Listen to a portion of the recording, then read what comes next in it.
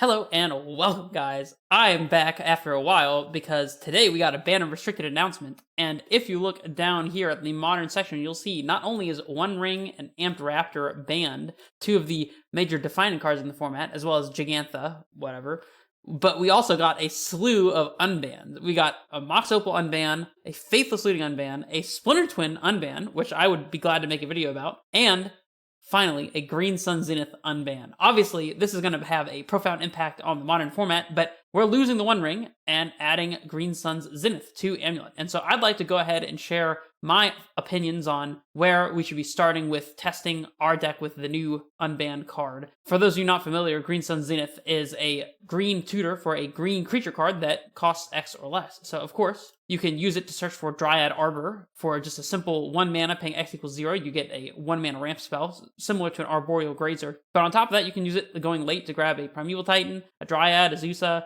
Cultivator Colossus, etc. So the first list that I want to show you is actually more like a typical Amulet list, and that would be one that uses Aftermath Analyst. However, we are able to kind of use Analyst as sort of a backdoor combo because you can fetch it up with Green Sun Zenith or Summoner's Pact. And then otherwise, we just have 4 Zeniths and 3 Grazers as turn 1 plays to try to get a 3-drop in play on turn 2. So considering we have more redundant threats and more easily accessible 3-drops on turn 2, now that we get to play as many as 8 copies of turn 1 ramp spells. For example, we could be playing the 4th Arboreal Grazer. It makes sense to maximize on 3-drops on turn 2, so we're playing the full 4 Dryads, a full 4 Spelunkings as well, or Azusa, which is also something that we can Green Sun Zenith for if we happen to need multiple additional land drops. So that plays very well with Green Sun Zenith, other than the fact that it lets us eventually find Titan late or Aftermath Analyst late as well. So that is the first way to potentially abuse this. And then the sideboard, we get access to things like Reclamation Sage, as I do believe with Splinter Twin coming back, we might see some Blood Moon Resurgence, and being able to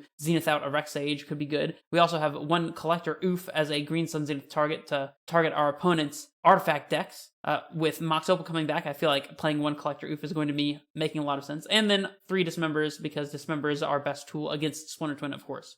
So that is the list that I expect to be about what we're going to be leaning on moving forward. In the past, we've seen cards like Scapeshift in the deck, but I feel like Scapeshift is not as necessary with Zenith being in the deck as well.